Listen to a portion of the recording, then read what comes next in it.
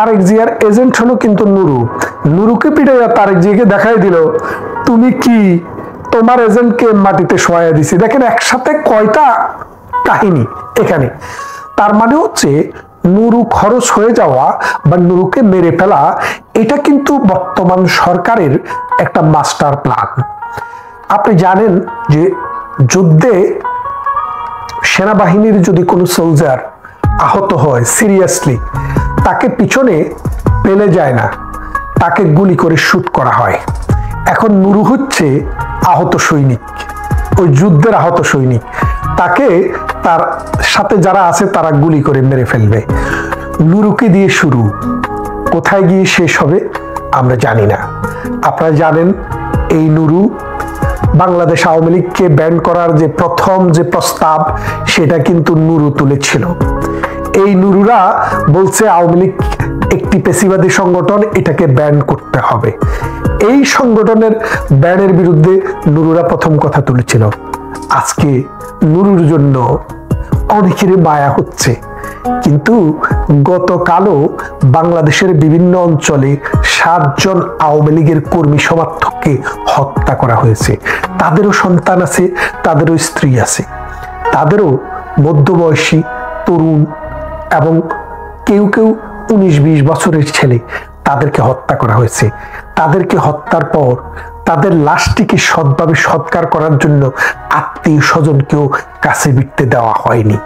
এক দেশে কি বৈপরীত্য দেখেন, নুরুকে নিয়ে ওমকে দেখতে যায়, তোমকে দেখতে যায়, আগে পিটায়, তারপরে দেখতে যায়, পুলিশ দিয়া পিটায়, আর্মি দিয়া পিটায়, আবার তাকে তদন্ত করা হবে, অমুক করা হবে, তমুক করা হবে, সেটাও বলে। এবং আরো একটি মজার ব্যাপারটা দেখেন, নুরুকে যখন পিটানো হয় অন্তত 10টি ক্যামেরায় সেটি ধারণ করা হয়েছে। সেই জায়গায় জাতীয় পার্টির কোন নেতা অথবা কর্মী আধা মাইলের মধ্যেও দেখা যায়নি।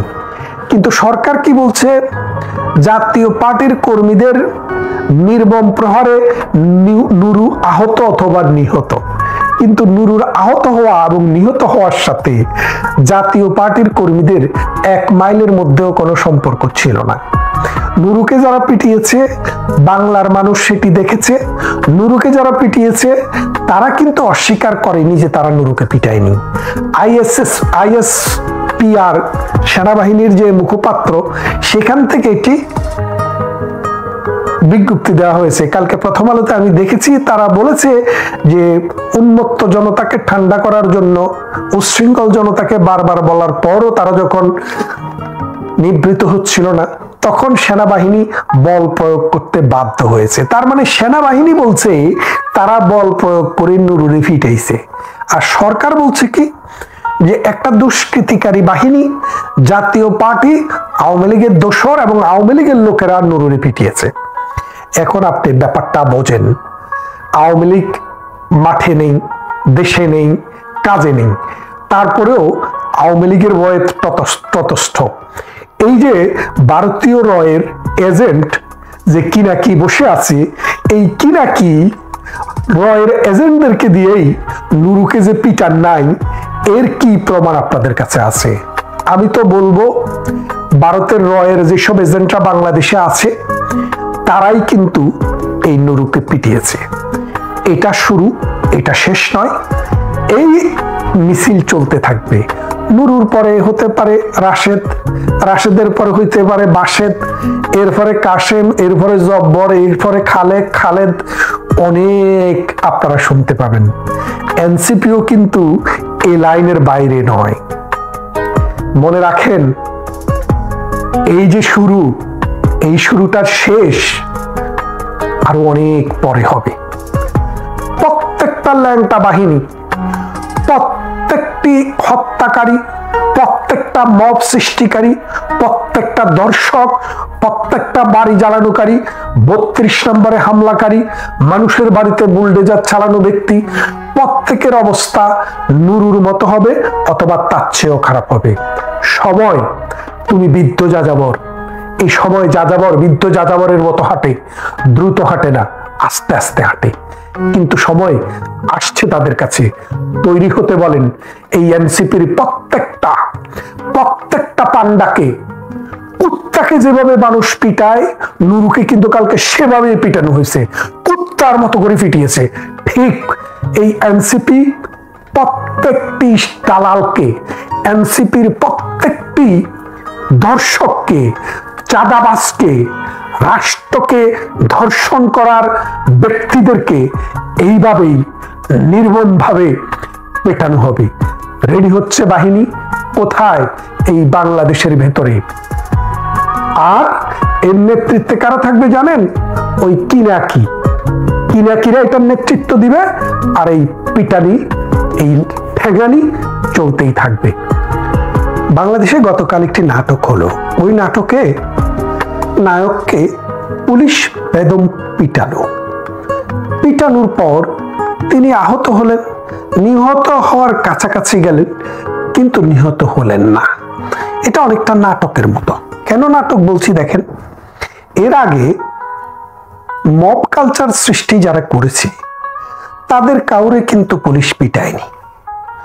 মব কালচারে পুরো দেশটি ধ্বংসের দ্বার প্রান্তে। বাংলাদেশের এখনের অবস্থান যদি আপনি আন্তর্জাতিকভাবে পর্যালোচনা করে দেখেন, সোমালিয়া, ইউগান্ডা, তানজানিয়া, ওই রকম রাষ্ট্রের যে ল অ্যান্ড অর্ডার যে মানদণ্ডে আছে, বাংলাদেশের ল অ্যান্ড অর্ডার তার চেয়ে নিচে চলে গেছে। কারণ এখানে আপনি দুষ্টকে দমন করা হয় না, সৃষ্টকে লালন করা হয় না। এখানে দুষ্টকে লালন করা হয় আর সৃষ্টকে জেলে পুরে দেওয়া হয়। আপনি যদি দেখেন যে দুদিন আগে যে ঘটনাটি ঘটল, দেশের প্রথিতযশা বুদ্ধিজীবী, দেশের খ্যাতিমান প্রফেসর, দেশের খ্যাতিমান সাংবাদিক, মুক্তিযোদ্ধা, তাদেরকে মব গিয়ে আক্রমণ করলো। আর পুলিশ বলল কেউ যদি মামলা না করে তাহলে সেটার বিচার করতে পারবে না, মানে পুলিশ কোনো মামলা নিতে পারবে না। আর তাদের বিরুদ্ধে, প্রতিষ্ঠিত এইসব মানুষের বিরুদ্ধে পুলিশ নিজেই বাদী হয়ে মামলা করলো। এই যে বুদ্ধিভিত্তিক বেশ্যাবৃত্তি একটা দেশে সৃষ্টি হয়েছে, তার সূত্রপাত করেছিল এই নুরা পাগলা। অর্থাৎ বাংলাদেশকে ডিরেইল করার যে চক্রান্তটি প্রথমে শুরু হয়েছিল ইসরায়েলের কাছ থেকে টাকা নিয়ে। আপনারা জানেন যে মোসাদের টাকার ইতিহাস বাংলাদেশের সমস্ত পত্রিকা, আন্তর্জাতিক মিডিয়াতে, গণমাধ্যমে এসছে যে নুরা পাগলা প্রথমে মোসাদের কাছ থেকে টাকা নিয়ে বাংলাদেশ যে সরকার, স্থিতিশীল একটি সরকার ছিল, সেই সরকারের বিরুদ্ধে প্রথম পদক্ষেপ শুরু করে 2018 সালের পর থেকে। তারপর আস্তে আস্তে এই খেলাটা আর নুরা পাগলার হাতে থাকেনি, এটা নানান পথ পরিক্রম করে অন্যদিকে চলে গেছে। এই নুরা পাগলাই হচ্ছে যে ভারত বিরোধী যে শক্তি আছে, সেই শক্তিকে আবার নতুন করে চাঙ্গা করে তোলার মূল হোতা। এখন যদি কেউ বলে এই নুরা পাগলার পিটানোর পিছনে ভারতের কোনো জেমস বন্ডের হাত আছে, তাহলে কি আপনি অস্বীকার করবেন বা আমি অস্বীকার করব? আমার কাছে তার কোনো প্রমাণ নেই। তবে বিজ্ঞজনেরা বলেন এই ইউরোপের ফ্রান্স দেশে কি নাকি একজন লোক বাস করে, তিনি নাকি রয়ের এজেন্ট। তিনি নাকি 2-3 দিন আগে নুরা পাগলাকে দেখে নেবেন বলে একটি সতর্কবাণী দিয়েছিলেন, একটি ব্যাড বাণী দিয়েছিলেন। তার সে বাণীটি ফলে গিয়েছে 3-4 দিনের মাথায়। এর কারণটা কি আপনারা বুঝতে কি কষ্ট হচ্ছে? যে সাপকে বলছে, মানে যিনি সাপ তিনি ওজা। এখন নুরুকে বলল তুমি তো বলো যে তুমি বড় শক্তিধর, তুমি আন্দোলনের স্টেক হোল্ডার। আমার সোনার ছেলেরা তো যেখানে এখানে মব করছে, মব করে হয় মানুষ মারছে, আর যদি মব করে মানুষ না মারতে পারে অন্তত টাকার থলি নিয়ে চলে আসতেছে। তো এরকম সোনার ডিম পাড়া হাঁসদের সাথে তোমাকে আমি একসাথে দেখবো, এর কারণটা কি? এর তো কোনো কারণ থাকতে হবে। তো কারণ হিসেবে তোমাকে একটা অ্যাসাইনমেন্ট দিলাম। অ্যাসাইনমেন্টটা কি? যে জাতীয় পার্টির যে কার্যালয়টি ঢাকাতে আছে বিজয়নগরে, সেটি তোমাকে ভাঙতে হবে এবং সেখানে মব সৃষ্টি করতে হবে। জাতীয় পার্টির নেতাকর্মীদেরকে পিটিয়ে সেখান থেকে যদি বেরিয়ে আসতে পারো তাহলে তুমি পরীক্ষায় পাস। নুরু বললেন রাশেদ বললেন এটা তো কোনো ব্যাপারই না, 1-2 ব্যাপার। যদি আওয়ামী লীগের কথা, জামাতের কথা বা বিএনপির মতো দলের কথা বলতেন তাহলে হয়তো মনে কাঁপুনি আসতো, কিন্তু বিএনপি না, আওয়ামী লীগও না, জামাতও না, এটা জাতীয় পার্টি, ছোট্ট একটা দল, থাবড়াইয়া বাইর করে দেবো, এই চিন্তা ভাবনা করে নুরু তার মব বাহিনী নিয়ে গেলেন। এদিকে দিয়ে আসিফ নজরুল সার সেনাবাহিনী এবং পুলিশকে বলল, দেখো আমরা এখন পরীক্ষা নিচ্ছি তোমাদের শক্তি বেশি না নুরুর মবের শক্তি বেশি। যদি নুরুর মব যদি টিকে যায় তাহলে তোমরা আউট, আর যদি নুরুর মবের শক্তিকে তোমরা যদি পরাজিত করতে পারো, সোয়া দিতে পারো, তাহলে তোমরা ইন। খেয়াল করে দেখেন, তারা ওজা আবার তারা সাপ পুড়ে, তারাই সাপ পালে। তো তারা কি করছে, নুরুকে দিক দিয়ে অ্যাসাইনমেন্ট দিল, জাতীয় পার্টির অফিসে গিয়ে তুমি মব সৃষ্টি করো, আর পুলিশ আর আর্মি বাহিনীকে বলল যাও তাদেরকে সোয়া দেওয়ার ব্যবস্থা করো। নুরুকে পিটিয়ে মাটির সাথে মিশিয়ে দেওয়া হলো। আপনারা জানেন গত বছর বিএনপি চেয়ারপারসনের মানে ভাইস প্রেসিডেন্ট, এখন ধরি বিএনপির চেয়ারপারসনে ধরেন খালেদা জিয়া এখন অ্যাক্টিভ নেই, তারেক রহমান সাহেব যদিও প্রবাসে, তিনি এখন বিএনপির অ্যাক্টিং চেয়ারপারসন। তো তিনি বলেছিলেন যে 10 মিনা অঞ্চল, যেটা বরিশালের, যেখান থেকে গোলাম মাওলা রনিকে বিএনপি আগের বার নমিনেশন দিয়েছিল, সেখান থেকে বিএনপির নেতা নেত্রীদেরকে বলে দেওয়া হয়েছে ওখান থেকে নুরুকে কাজ করার সুযোগ দেওয়ার জন্য। অর্থাৎ নুরু বিএনপির একটি বি টিম হিসেবে কাজ করছিল, কারণ ওই সিগন্যাল থেকে আমরা বুঝেছিলাম। তখন এখন নুরুকে দিয়ে হয়তো বিএনপি তার পারপাস সার্ভ করাবে, এরকম একটা ধারণা এনসিপি এবং জামাতের মধ্যে ছিল। তো এখন সরকার যেটা আছে এটা মূলত এনসিপি এবং জামাতের সরকার। বিএনপির কিন্তু সেরকম শক্ত কোনো অবস্থান নেই, বিএনপিকে ভালোবাসে 2-4 জন লোক আছে, কিন্তু তারাও খুদকুড়ার লোভে তারাও কিন্তু তাদের প্রভু বিএনপির নাম ভুলে গেছে। তো নুরু এই পারপাসটা সার্ভ করছিল। এখন নুরুকে যদি পিটিয়ে দেওয়া না যায় তাহলে এনসিপি এবং জামাতের শ্রেষ্ঠত্ব কিভাবে প্রমাণ হবে? তারেক রহমানকে তো একটা ভয় দেখাতে হবে যে তোমার যে এজেন্ট তাকে পিটাইয়া আমরা তোমাকে মেসেজ দিলাম, তুমি যদি 800 তোমাকেও কিন্তু এভাবে পিটানো হবে। সেই জন্য নুরুকে পিটানোটা নানান দিক থেকে প্রয়োজন তাদের ছিল। কাদের? এই বর্তমানে যে অবৈধ ইউনূস সরকার আছে তাদের। নুরুকে পিটানোর জন্য 1 নম্বর হচ্ছে কিনাকি যারা আছে, কিনাকিরা ভারতের যে র আছে, রয়ের এজেন্ট, এই রয়ের মাধ্যমে কে জানি কোনো জেমস বন্ড পাঠিয়ে দেওয়া হয়েছিল কিনা এই নুরুকে পিটানোর বাহিনীর সাথে, হলে হতেও পারে। এই কিনাকির একটা মিশন।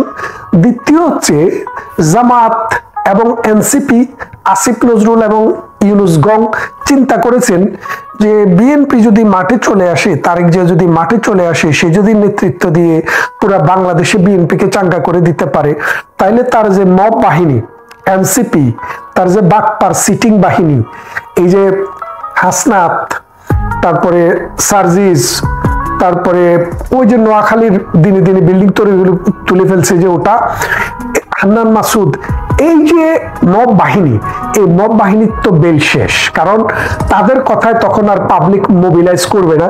সামনে নির্বাচন, বিএনপি যদি ক্ষমতায় আসে তাহলে তুলাধুলা করে ফেলবে। সেই জন্য চাচ্ছে যে বিএনপির নেতা জানে বাংলাদেশে আসতে না পারে।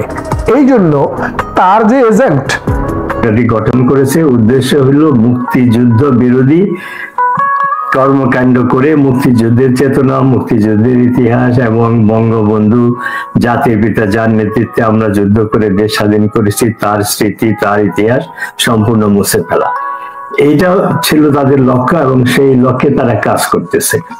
গত সপ্তাহে যে 2টি ঘটনা ঘটলো সেগুলোর ওই একই উদ্দেশ্যেই, যে মুক্তিযোদ্ধাদের জাতির জনকে হেয় করা হয়েছে, তার বাড়ি ভাঙা হয়েছে, মুক্তিযোদ্ধাদের গায়ে হাত তোলা হয়েছে। এর আগে একজন মুক্তিযোদ্ধা যিনি প্রধান বিচারপতি ছিলেন, তার গলায় জুতার মালা পরা হয়েছে এবং তাকে জুতা দিয়ে তার গালে পিটানো হয়েছে।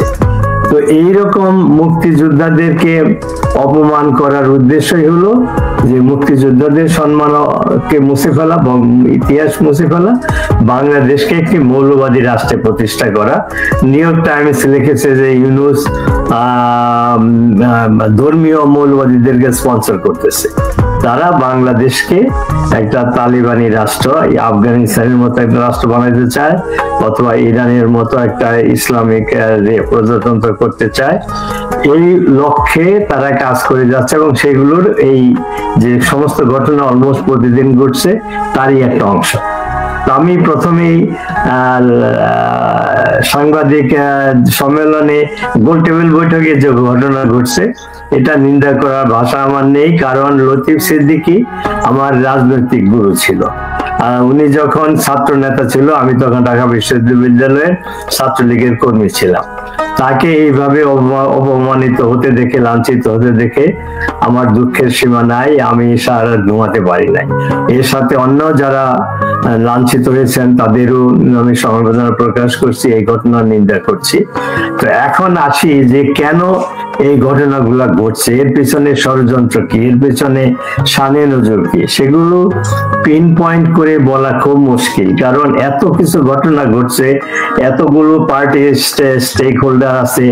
তো আমেরিকার ইন্টারেস্ট সেখানে আছে, ভারতের ইন্টারেস্ট আছে, আমাদের বাংলাদেশের আওয়ামী লীগের ইন্টারেস্ট আছে, জনগণের ইন্টারেস্ট আছে। সবকিছু মিলে যদি আমরা ব্যাখ্যা করতে যাই, সেনাবাহিনীর আরেকটা স্টেক হোল্ডার। তো এইখানে সেনাবাহিনীর ভূমিকাটা অত্যন্ত গুরুত্বপূর্ণ। তারা কি চায় সেটা স্পষ্ট নয়। এক এক সময় তারা হুঙ্কার দেয় সেনাপ্রধান, আবার কতক্ষণ পরে তারা নতজানু হয়ে চুপচাপ থাকে। এই সেনাবাহিনী যে কাজটা করেছে এটা জনগণের মাঝে স্পষ্ট হওয়া উচিত। সেটা কি? সেনাবাহিনীর দায়িত্ব হলো একটা শাসনতান্ত্রিক সরকারকে রক্ষা করা। 3 অগাস্টে তারা দরবারে হলে মিটিং করে বলল তারা সরকারকে রক্ষা করবে না, তারা জনগণের বিরুদ্ধে যাবে না। জনগণ কারা? তারা সন্ত্রাসী, তারা বিদেশি শক্তির কাছ থেকে টাকা পেয়ে তারা একটা সন্ত্রাসের আয়োজন করছে। সেই পরিস্থিতিতে সেনাবাহিনীর দায়িত্ব ছিল একটা লিগাল গভর্নমেন্টকে, শাসনতান্ত্রিক গভর্নমেন্টকে রক্ষা করা। তারা সেটা করলো না। তারপরে কি করলো? যে সমস্ত ঘটনা এখন আস্তে আস্তে বের হচ্ছে, সিকোয়েন্স ও ইভেন্ট যদি আমরা দেখি, প্রধানমন্ত্রী রিজাইন দেন নাই, তিনি বিদেশে যান নাই। তার আগের দিন 4 তারিখে সেনাপ্রধান বিএনপির সামরিক উপদেষ্টা, প্রতিরক্ষা উপদেষ্টা একজন মেজর জেনারেল আকবর, তাকে বলেছে যে বিরোধী দলের বিএনপি জামাতের সাথে যোগাযোগ করো, আমি আগামীকাল সরকার গঠন করব, তারা রাজি আছে কিনা। তো এটা তো একটা কু ছাড়া আর কিছু না। তারপরে বলেই বেড়াচ্ছে যে আমরা এই সরকারকে রক্ষা করব, সমর্থন করব। এই সরকারকে, এটা অবৈধ সরকার। সেনাবাহিনী যেখানে বৈধ সরকারকে রক্ষা করলো না, অবৈধ সরকারকে রক্ষা করার জন্য কাজ করে যাচ্ছে। তো যে ঘটনাটা ঘটলো এটার বিভিন্ন সিনারিও হতে পারে, বিভিন্ন থিওরি হতে পারে। সেটা হলো যে এই সরকার চায় না বাংলাদেশে নির্বাচিত সরকার আসুক নির্বাচনের মাধ্যমে, অর্থাৎ অন্য কথায় তারা নির্বাচন দিতে চায় না। আর দ্বিতীয়টা হলো যে তারা ক্ষমতায় থাকবে, ইউনূস আজীবন ক্ষমতায় থাকবে, কোনোভাবেই ক্ষমতায় থাকবে না। এখন বিদেশিদের প্রেসারে যে নির্বাচনের কথা উঠছে, নির্বাচন দিতে বাধ্য হচ্ছে, সেইটা যদি হয় তাহলে মোহাম্মদ আলী যে সিনারিওটা বললো, সেই নির্বাচনে যেন ইউনূসের সিলেক্টেড সরকার বা তাকে, সে যাকে চায় তাদেরকে জেতানো। প্রথম তারা ভেবেছিল স্টুডেন্টদেরকে ক্ষমতায় বসাবে, ন্যাশনাল সিটিজেন্স পার্টি, তাদের কোনো সমর্থন নাই। এখন ইউনূস ভর করেছে বিএনপির উপরে। বিএনপি কে ক্ষমতা বসাতে হলে তাহলে আওয়ামী লীগের মোহাম্মদ আলী সিদ্দিকী যে কথা বললো যে আওয়ামী লীগের ভোট যদি জাতীয় পার্টি পায়, জাতীয় পার্টি ইলেকশনে যেতে চায়, তাহলে বিএনপি জিততে পারবে না। তো সেই জন্য জাতীয় পার্টিকে ব্যান করার জন্য এটা একটা ষড়যন্ত্র। ব্যান করতে কি উসিলা লাগবে, সেটা হলো বলবে যে এই জাতীয় পার্টি হলো আওয়ামী লীগের সমর্থক, 14 দলের বা 13 দলের সমর্থক ছিল, তারা হলো সহযোগী, স্বৈরাচারী সহযোগী। এই অজুহাতে অ্যাটর্নি জেনারেল বলেছে যে এই জাতীয় পার্টিকে ব্যান করার অনেক যুক্তি রয়েছে। আর নূর, কেন নূরকে আমরা সবাই চিনি, তার নামই তো বিকাশ, অর্থাৎ যে টাকা দিবে তার পক্ষে সে কথা বলে। আমাদের নেত্রীকে বলেছিল মা বলে ডেকেছিল, এখন তার বিরুদ্ধে সে কথাবার্তা বলে, তারা অকথ্য ভাষায় কথাবার্তা বলে আন্দোলন করে। কাজে নূরকে দিয়ে এই সিনারিও হতে পারে যে জাতীয় পার্টিকে ব্যান করার জন্য জাতীয় পার্টি অফিস দখল করতে চাচ্ছে, সাংবাদিক সম্মেলন করতে চাচ্ছে।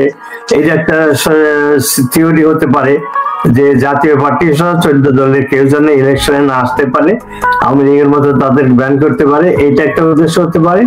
আর একটা উদ্দেশ্য হলো তাই যে তারা ইলেকশন দিবেই না। যদিও আমেরিকার প্রেসারে বা বহির্বিশ্বের প্রেসারে বলছে ইলেকশন দিতে হবে, একটা ডেট ফিক্স করেছে ফেব্রুয়ারি মাসে, কিন্তু ইলেকশন না দেওয়ার জন্য এই যে ইন্টারনাল যে কনফিউশন, যেমন প্রেস ক্লাবের ওইখানে যে এরকম লতিফ সিদ্দিকী সহ সিনিয়র নেতৃবৃন্দকে অ্যারেস্ট করা হয়েছে, তাদেরকে অপমান করা হয়েছে, সেটার একটা কারণ হতে পারে। আর একটা হলো যে দেখাবে যে নূরের যে মারপিট হলো, দুই পক্ষে আহত হলো, এই একটা অজুহাত দিয়ে যে না, দেশে ইলেকশন করার মতো অবস্থা নাই। গোপালগঞ্জে তারা ওই অজুহাত দিয়েছিল।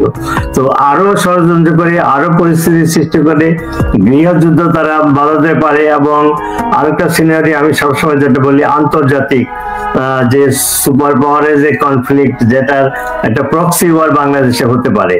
যে এই যে চিটাগাং বা রাখাইনের সমস্যা নিয়ে যে পরিস্থিতি সৃষ্টি হচ্ছে, চিটাগাং পোর্ট, তারপরে আমাদের সেন্ট মার্টিন ইত্যাদি, আমেরিকা যেটা করতে চাচ্ছে ইউনিস সরকারের মাধ্যমে, এখন বলা হচ্ছে যে আমেরিকা, ইউনিসের সরকার এবং পাকিস্তান একদিকে রাখাইনের ইস্যুতে যদি বার্মার সাথে রাখাইনদের মানে মিলিটারি গভর্নমেন্টের সাথে যুদ্ধ হয়, তখন তার স্পিল ওভার বাংলাদেশে পড়তে পারে, তখন বলবে ইলেকশন করা যাবে না। আর তখন আমেরিকার প্ল্যান যদি বাস্তবায়িত ইউনিস করতে চায়, ইভেন ওয়াকারও একবার বলে বিরুদ্ধে, আবার বলে পক্ষে, ওয়াকারও যদি ওই পক্ষে যায়, তাহলে কি হবে? তখন অপরপক্ষে চায়না, ভারত এবং রাশিয়া এটা কোনো ক্রমে মেনে নেবে না। তাহলে এই আন্তর্জাতিক একটা কি বলে প্রক্সি ওয়ারের ব্যাটল ফিল্ড হবে বাংলাদেশ। তো এই সমস্ত সিনারিও এক্সিস্ট করতেছে। এগুলো করে ইউনুসের একমাত্র উদ্দেশ্য হইল ক্ষমতায় আজীবন থাকা। আর যদি ক্ষমতায় সে থাকতে পারে, তাহলে বাংলাদেশকে একটি তালেবানি রাষ্ট্র, মৌলবাদী ইসলামিক সন্ত্রাসী রাষ্ট্র। এই যে লতিফ ভাইকে, লতিফ সিদ্দিকীকে সহজে অন্যান্য প্রফেসর সবাইকে যে ইনসাল্ট করে, এরা কারা? এদেরকে চিহ্নিত অলরেডি করা হয়েছে। হিজবুত তাহরির ওই দাঁড়িয়েওয়ালা এক ভদ্রলোক ছিল, সে হিজবুত তাহরির নেতা। তারপরে লতিফ ভাইকে যে ইনসাল্ট করেছে, তার ঠিকানা বেরিয়েছে, সে জামাতের একজন নেতা। অর্থাৎ এগুলো জামাত শিবির এই ঘটনাগুলো করতেছে এই জন্য যাতে দেশে গৃহযুদ্ধ বাজে, এবং গৃহযুদ্ধের জন্য তারা প্রস্তুত। তারা 400-র মতো থানা লুট করেছে, সেই অস্ত্রগুলো তাদের হাতে। পাকিস্তান থেকে অস্ত্র আসতেছে, সেটা তাদের হাতে। আর সেনাবাহিনী তো ওয়াকারের এবং অন্যান্য লোকের অ্যাক্টিভিটি থেকে আমরা বুঝতে পারি তারা কোন পক্ষে যাবে। তারাও হয়তো জনগণের পক্ষে বা বাংলাদেশের পক্ষে থাকবে না। তো কাজেই সিচুয়েশনটা খুবই মানে বাংলাদেশের ভবিষ্যতের জন্য ব্লিক, অর্থাৎ বাংলাদেশের ভবিষ্যৎ অন্ধকারময়।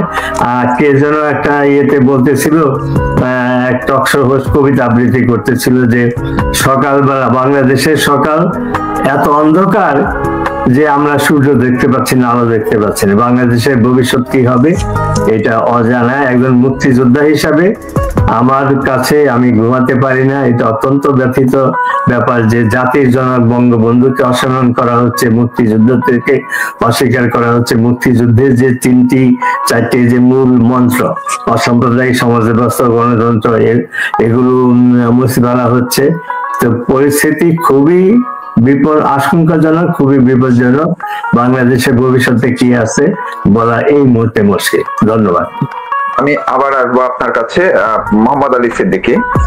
আপনার কাছে আরেকটি বিষয় একটু আপনার বিশ্লেষণ শুনতে চাই, সেটি হচ্ছে এই যে অন্তর্বর্তীকালীন সরকার তারা বিবৃতি দিয়েছে নূরের উপরে আঘাত করা বা তার উপরে হামলা করা, পিটানো, তাকে আহত করা, এইসব নিয়ে গতকালকে আসিফ নজরুল আইন উপদেষ্টা তিনি দিয়েছিলেন, নিন্দা জানিয়েছেন, প্রতিবাদ জানিয়েছেন। আজকে আনুষ্ঠানিকভাবে সরকারের পক্ষ থেকে প্রতিবাদ জানানো হয়েছে। কিন্তু তারা এই বীর মুক্তিযোদ্ধা লতিফ সিদ্দিকীর উপরে যে মব হলো, হেনস্থা করা হলো, গ্রেফতার করা হলো, কিংবা হাফিজুর রহমান কার্জন অথবা অন্য মুক্তিযোদ্ধা অথবা সাংবাদিক পান্না, এই বিষয়ে তাদের কোনো বিবৃতি বা কিছুই দেখা গেল না।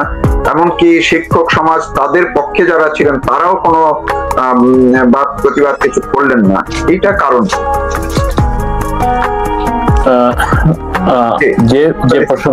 যে প্রসঙ্গের অবতারণা আপনি করলেন, প্রশ্নটা হচ্ছে যে ডক্টর নুরুন নবী উনি ব্যাখ্যা করেছেন যে এই সরকার আসলে কে। এটা ফরেন ইম্পোর্টেড ইমপ্ল্যান্টেড একটি puppet government, no legitimacy, unconstitutional and occupational force, এবং তারা অকুপাই করেছে যে পাওয়ার, এবং তার যে সর্বশেষ একটা ভিত্তি তারা হাইকোর্টের থেকে, উচ্চ আদালত থেকে একটা রেফারেন্স নিয়ে প্রদর্শন করেছে, সেটাও ইতিমধ্যে প্রমাণিত হয়েছে এটা ভুয়া। কারণ চিফ জাস্টিস সহ অন্য বিচারপতি যারা ক্যান্টনমেন্টে অবস্থান করছিলেন উনি কোনো হিয়ারিং করেন নাই, এবং তাদের সিগনেচার ছাড়া আইন মন্ত্রণালয় থেকে একটা কাগজ তৈরি করে সেটা দিয়ে তাদেরকে শপথ করানো হয়েছে। যেখানে একটা দেশে কনস্টিটিউশন ভ্যালিড রয়েছে, এবং তার অন্যতম একজন উপদেষ্টা যিনি আমেরিকা থেকে গেছেন, আলী ডিয়াজ, তিনি নিজে স্বীকার করছেন যে আমরা কনস্টিটিউশন ভায়োলেশন করে এখানে আসি, সরকারে আসি, কাজ করতেছি। তো এই অবৈধ মানে অনির্বাচিত দখলদার সরকারের কাছে আপনি আইনের শাসন প্রত্যাশা করাটা এটা কোনোভাবেই হয়তো আমরা করতে পারি না। সে কারণেই তারা ওয়ান আইড, মানে এক চক্ষু তাদের অন্ধ। তো সে কারণে আপনি যে কথাটা বললেন যে নূরের উপরে হামলা হয়েছে, এই সারা দেশে হাজার হাজার এই ধরনের মব ভায়োলেন্স তারা করেছে। তারা জাতির পিতা বঙ্গবন্ধু মুজিবের সেই ঐতিহাসিক 32 নম্বরের যে বাড়ি, সেটা বাড়ি না, সেটা বঙ্গবন্ধু মেমোরিয়াল ট্রাস্ট সরকারকে দান করে দেওয়া হয়েছে। সেই ট্রাস্ট তারা গুড়িয়ে দিয়েছে 2 দিন ব্যাপী বুলডোজার নিয়ে দিয়ে। সেখানে তারা কোন সরকারের বিবৃতি বা সেটা রক্ষার জন্য সেনাবাহিনী পুলিশকে এগিয়ে আসে নাই। এবং সুধা সদন, যেটা মাননীয় প্রধানমন্ত্রীর স্বামীর তৈরি করা নিজস্ব একটি বাসভবন, সেই বাসভবনকে ওইভাবে গুড়িয়ে দেওয়া হয়েছে, লুটপাট করে অগ্নিসংযোগ করা হয়েছে। সারা দেশে এরকম শত শত স্থাপনা তারা ধ্বংস করেছে। তো সেই জায়গায় আমরা যদি প্রত্যাশা করি যে ডিআরইউতে যে গোলটেবিল বৈঠক ছিল, সেইখানে বীর মুক্তিযোদ্ধা আব্দুল লতিফ সিদ্দিকী সহ অন্যান্য বরেণ্য শিক্ষক, বুদ্ধিজীবী, সাংবাদিক বৃন্দ যারা হেনস্থ হয়েছেন, শারীরিক ভাবে নিগৃহীত হয়েছেন, এবং তাদেরকে হাত করা পরে অত্যন্ত নিন্দনীয় যে তাদের পিছনে পিঠমুড়া করে সেখানে হ্যান্ডকাপ পরিয়ে তাদেরকে আদালতে তোলা হয়েছে। আমার কাছে ওই সময় মনে হয়েছে যে ডক্টর মোহাম্মদ ইউনূস, তার বিরুদ্ধে যখন অসংখ্য মামলা উনি আদালতে হাজিরা দিতেন, বিভিন্ন গল্প মানুষের মানে কি বলে সিম্প্যাথি অর্জনের জন্য উনি বলতেন, তুলে ধরতেন। কিন্তু তখন কিন্তু উনি একজন মানে ক্রিমিনালি কনভিক্টেড ফেলন, তার হাতেও কিন্তু হাত করা পড়ানো হয়নি, তাকে কোথাও অসম্মান করা হয়নি। আমাদের ওয়ার্ক ক্রাইম ট্রাইব্যুনালের যে সমস্ত যুদ্ধাপরাধী তাদেরকে আদালতে আনা নেওয়া করা হয়েছে, কারো হাতে হাত করা পড়ানো দেখি নেই। তো সেই জায়গায় এই যে আপনি যে কথাটা বলছেন যে সরকারের বিবৃতি আমরা দেখি নেই, যে তাদের পক্ষে বা যারা সন্ত্রাস করলো, একজন সন্ত্রাসীকেও গ্রেপ্তার করা হয়নি সেখানে, আপনারা দেখেছেন যে হ্যান্ড মাইক দিয়ে পিটিয়ে মাথা রক্তাক্ত করা হয়েছে, শরীর রক্তাক্ত করা হয়েছে, একজন বীর মুক্তিযোদ্ধার গলা চিপে ধরে ওয়ালের সাথে চেপে ধরে রাখা হয়েছে, অকথ্য ভাষায় গালিগালাজ যারা করেছে, মিডিয়ায় সেই ভিডিও ফুটেজ গুলো সারা বিশ্বে ছড়িয়ে পড়েছে, একজনকেও গ্রেপ্তার করা হয়নি। এবং নবী ভাই বলেছেন যে তারা জামাত শিবিরের জঙ্গি সমর্থক সেই গোষ্ঠী। সারা দেশটা আজকে যে উল্লম্ফন হচ্ছে বিভিন্ন নামে, বিভিন্ন সংগঠনের ব্যানারে, মূলত জামাত শিবিররা তারা এই মানে দুর্দণ্ড প্রতাপে এই সন্ত্রাস করে যাচ্ছে। এবং আমিও আশঙ্কা করি যে বাংলাদেশটাকে যে জায়গায় নিয়ে যাচ্ছে, এবং আমরা অনেকে এই নোবেল জয়ী ডক্টর মোহাম্মদ ইউনূসকে চিনতে পারিনি। অনেকে বলেন যে ওনার বয়স হয়েছিল তখন 31-32 বছর বয়স, যখন মুক্তিযুদ্ধ সংগঠিত হয়েছে, উনি কেন মুক্তিযুদ্ধে যাননি? কিন্তু ওনার অন্তর্নিহিত কারণ পিছনে খুঁজে বের করা গেছে যে মুক্তিযুদ্ধে তো যাননি, উনি জীবদ্দশায় কোনোদিন আমাদের জাতীয় স্মৃতিসৌধ, আমাদের শহীদ মিনার বা জাতীয় যে মানে দিবসগুলা মুক্তিযুদ্ধের মাধ্যমে অর্জিত, সে কোনো দিবসে উনি কোনো কোথাও শ্রদ্ধা জানাতে যাননি। আরেকটা বিষয় সম্প্রতি একটু গবেষণা করতে গিয়ে যে বের করেছি, সেটা দেখেছি যে আমেরিকাতে মুসলিম সম্প্রদায়ের কিছু সংগঠন আছে, তার মধ্যে অন্যতম একটি সংগঠনের নাম ICNA, Islamic conference of North America, আর একটা আছে মোনা, মুসলিম উম্মাহ অফ নর্থ আমেরিকা। এই ইকনা প্রতি বছর তারা একটা করে কনভেনশন করে, 8,000-10,000 লোক নিয়ে পরিবার পরিজন সহ তারা কনভেনশন করে 3 দিন ব্যাপী। আমি একটি গবেষণা পত্রে সেখানে দেখলাম এই ইকনায় যুক্তরাষ্ট্রের মেরিল্যান্ডে একটি কনভেনশনে সেখানে স্পন্সর করেছেন ডক্টর মোহাম্মদ ইউনূস গ্রামীণ ব্যাংকের পক্ষ থেকে, এবং তিনি মানে one of the largest donor that convention. The following year উনি টেক্সাসের ডালাসে এই ইকনার আরেকটা কনভেনশনে উনি মেইন স্পন্সর মানে সেখানে, এবং তাকে পোর্ট্রেট করা হয়েছে সেখানে যে উনি দি প্যাট্রন অফ দি দাওয়া অ্যান্ড হিকমা, দাওয়া অ্যান্ড হিকমা। আমি খুব আশ্চর্য হয়ে গেলাম যে গ্রামীণ আমেরিকার তরফ থেকে ডক্টর মোহাম্মদ ইউনূসের ফান্ডিং এই 8,000-10,000 মানুষের 3 দিন ব্যাপী যে একটা ইভেন্ট, সেই ইভেন্টের খরচ জোগাড় করতেছেন উনি, এবং সেখানে জামাতে ইসলামী তার হচ্ছে মেইন অর্গানাইজার এই সংগঠনের, এবং উনি দীর্ঘদিন ধরে দেশে এবং বিদেশে এই জামাতে ইসলামীকে ভিতরে ফাইন্যান্সিং করে আসতেছেন। তো সেই লোক ডিপ স্টেটের যে ফাইন্যান্সিং, যেখানে $50 মিলিয়ন বাংলাদেশে সরকার পরিবর্তনের জন্য ব্যবহৃত হয়েছে, যেটা আমেরিকার প্রেসিডেন্ট প্রকাশ্যে তার বক্তৃতায় বলেছেন।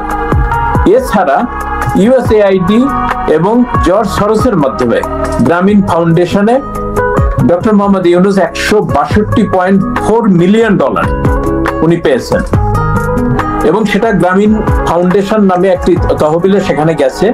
এবং উনি এই টাকাগুলো কোথায় খরচ করেন, কোথায় দেন, ওনার একটা টেকনিক আছে যে উনি সোশ্যাল বিজনেস এই নাম দিয়ে এধারকে মাল ওধারকে নিয়ে যায়, ওধারকা মাল সেধারকে নিয়ে যায়, এবং একসময় তার ওই অরিজিনাল ক্যাপিটালের ফান্ড আর দেখা যায় না।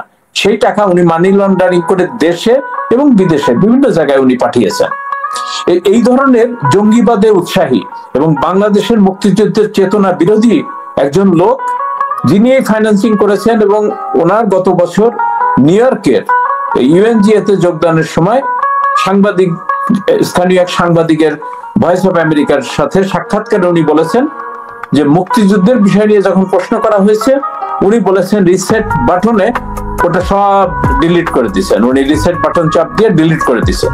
সুতরাং মুক্তিযুদ্ধ বলতে এবং জাতির যে শৌর্য বীর্যের যে একটি ইতিহাস বাঙালি, এবং সে বাঙালির মহানায়ক জাতির পিতা বঙ্গবন্ধু শেখ মুজিব, তার নাম নিশানা সহ মুক্তিযুদ্ধের সমস্ত স্থাপনা উনি ধ্বংস করে দিচ্ছেন, এবং সমস্ত পরিকল্পনা হচ্ছে তার।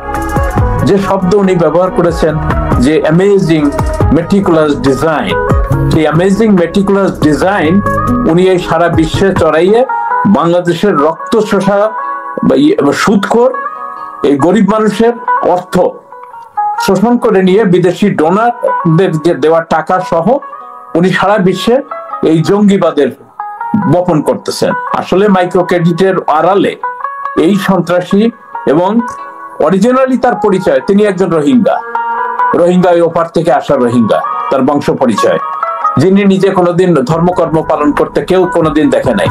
ইদানিং সে ভুলভাল করে নামাজ পড়ার অভিনয় করতেছেন, মাথায় টুপি দিচ্ছেন। এই জঙ্গি বাংলাদেশটাকে মানে একটা জঙ্গিবাদের অভয়ারণ্য তৈরি করছেন, এবং সেই অভয়ারণ্যের ক্ষেত্রে সম্প্রতি উনি যুক্তরাষ্ট্রের সঙ্গে যে নন ডিসক্লোজার এগ্রিমেন্ট করেছেন, 15 পৃষ্ঠার সেই দলিল প্রকাশিত হয়েছে। সেখানে দেখা যাচ্ছে যে বাংলাদেশটাকে এটা কলোনিয়াল স্টেটে উনি রূপান্তর করছেন, যে বাংলাদেশের সরকারের নিজস্ব কোনো সক্ষমতা বা ক্ষমতা থাকবে না তাদের সিদ্ধান্ত গ্রহণের ক্ষেত্রে।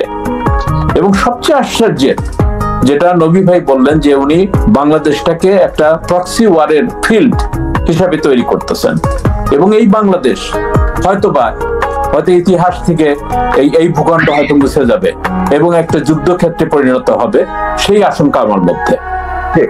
অনেক ধন্যবাদ আপনাকে, আপনি অনেক গুরুত্বপূর্ণ কিছু ইনফরমেশন দিলেন এবং বিশ্লেষণ করলেন। ডক্টর নুরুন নবী, আমি আরেকটি বিষয় আপনার কাছে একটু জানতে চাই, আপনার পর্যবেক্ষণ এবং বিশ্লেষণ। আমরা দেখলাম গতকালকে যখন জাতীয় পার্টি এবং নূরের দলের মধ্যে সংঘাত হলো, সেখানে সেনাবাহিনী অ্যাকশন আমরা দেখলাম। এর পর রাতে, গভীর রাতে বৈষম্য বিরোধী আন্দোলন বা ছাত্র আন্দোলন যাই বলি, তারা 24 ঘন্টার মধ্যে সেনা প্রধানের পদত্যাগ দাবি করলেন, এবং এমনকি তারা স্বরাষ্ট্র উপদেষ্টা পদত্যাগ দাবি করেছেন। তা না হলে তারা অন্তর্বর্তীকালীন পুরো সরকারকে এই পদত্যাগ করিয়ে ছাড়বেন, এরকম একটা হুমকি দিয়েছেন। কিন্তু কয়েকদিন আগে এই সেনা প্রধান কিন্তু তিনি বললেন, এই ছেলেপাঞ্জা, তাদের বয়স কম, বয়স বেশি হলে তারা ভুল বুঝতে পারবে। আপনি এটা কি ব্যাখ্যা দিবেন? সেনাপ্রধান কি ওনাকে কি আসলেই পদত্যাগ করিয়ে ছাড়বে, নাকি সেনাপ্রধান ওনাদের এই ছাত্র বা যারা এই সন্ত্রাসী কার্যক্রম করছে নিজেই তাদের কাছে আত্মসমর্পণ করতে যাচ্ছেন বা করবেন? কি মনে হয় আপনার? সেনাপ্রধান he is playing with fire. আমি একটু শুরুতে বলেছিলাম যে সে কিভাবে মিলিটারি কু করলো in the name of civilian. আসলে দ্যাট ওয়াজ এ মিলিটারি কু।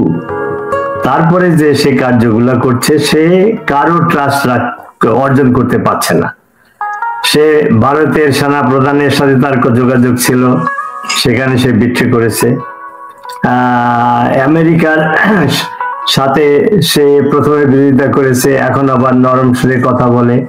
কয়েকদিন আগে চায়না থেকে ঘুরে আসলো, চায়নাকে আশ্বাস দেওয়ার চেষ্টা করেছে যে চায়নার স্বার্থ রক্ষা হবে।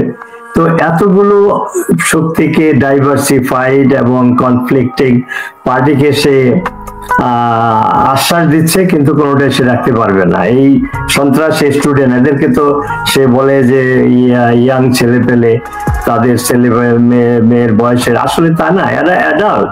এরা দেশের বিরুদ্ধে দেশদ্রোহিতে কাজ করেছে, সন্ত্রাস করেছে, এখনো দেশের ক্ষতি করতেছে। এরা দুর্নীতির পাহাড় গড়েছে। এই সমস্ত টোকাই এবং ছাত্ররা, এদের অনেকেরই জুতা কেনার পয়সা ছিল না, স্যান্ডেল পরতো, টিউশনি করে চলতো। তারা আছে কোটি কোটি টাকার মালিক। তাকে ইউনুস বলতেছে, ওয়াকার বলতেছে যে এরা ইয়াং, এরা অবুঝ, এরা বড় হইলে তাদের ভুল বুঝতে পারবে। এর চাইতে ইররেসপন্সিবল কমেন্ট একজন সেনা প্রধানের কাছ থেকে হতে পারে না। যারা বলছে তারা সেনাকে বলে ক্যান্টনমেন্ট গুড়িয়ে দিবে। যারা আব্দুল্লাহ না কি হাসনাত আব্দুল্লাহ না ওয়াকার এই স্লোগান দিচ্ছে, তারা একজনে বলতেছে, তাদের একজন নেতা বলতেছে সেনা অফিসারদের মাথায় কোনো ঘিলু নেই।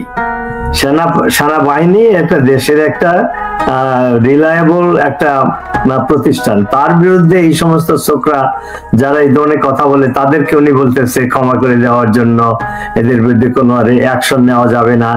তো এগুলো থেকেই মনে হয় যে he is playing with fire. Say either সবাইকে সন্তুষ্ট করতে চাচ্ছে, যার ফলে সে কাউকে সন্তুষ্ট করতে পারবে না। তার ভাগ্যে যে কি আছে সেটা আল্লাহই জানে, কারণ সে একজন বিশ্বাসঘাতক। মাননীয় প্রধানমন্ত্রী শেখ হাসিনা তাকে তার প্রতি যে ট্রাস্ট অর্জন করেছিল সেই অর্জনটা সে রাখে না। আপনি সিনারিওটা চিন্তা করেন যে শেখ হাসিনার সাথে সে কিভাবে বিশ্বাসঘাতকতা করেছে। 4 তারিখে আমাদের মাননীয় প্রধানমন্ত্রী সমস্ত চিফস, পুলিশ প্রধান, national security, DGFI, national security এদেরকে নিয়ে মিটিং করলো। সেখানে সিদ্ধান্ত হলো যে 5 তারিখে ঢাকার এন্ট্রেন্সের 10-15টা এন্ট্রেন্সে মিলিটারি ব্যারিকেড দেওয়া থাকবে, যাতে ঢাকার বাইরে মবরা ঢাকায় প্রবেশ করতে না পারে। সেই প্ল্যান যদি কার্যকরী হতো, এই সরকারের পতন হতো না। সেই এইভাবে আশ্বাস দিয়ে, এবং সেখানে যে সমস্ত কনভারসেশন এখন প্রকাশ হচ্ছে, স্বরাষ্ট্রমন্ত্রী জিজ্ঞাসা করেছিল যে আমরা কি আপনাকে ট্রাস্ট করতে পারি, বলে ট্রাস্ট অন মি, আমি দায়িত্ব নিলাম। উনি স্বরাষ্ট্রমন্ত্রী বলেছিল যে পুলিশ কি করবে, বলে পুলিশে কিছু করতে হবে না, আমি সমস্ত দায়িত্ব নিলাম এই সরকার বা প্রধানমন্ত্রীর সমর্থনে। সে কি করলো, 5 তারিখে সকালবেলা সমস্ত ব্যারিকেড উঠায় নিল, এবং মব যখন ভিতরে ঢুকলো তখন সে সাংবাদিক সম্মেলন করে বলতেছে, আমি শুনেছি প্রধানমন্ত্রী চলে গেছে, শুনেছি বলতেছে, কিন্তু তার দায়িত্ব ছিল প্রধানমন্ত্রী রক্ষা করা। প্রধানমন্ত্রী কোথায় আছে, কি আছে, সেটা তার দায়িত্ব ছিল। সে যদি প্রধানমন্ত্রী যদি তার উপরে ট্রাস্ট করে ওইখানে থাকতো, তাহলে কি হতো আমরা কল্পনাও করতে পারি না যে কি ঘটনা ঘটতে পারত।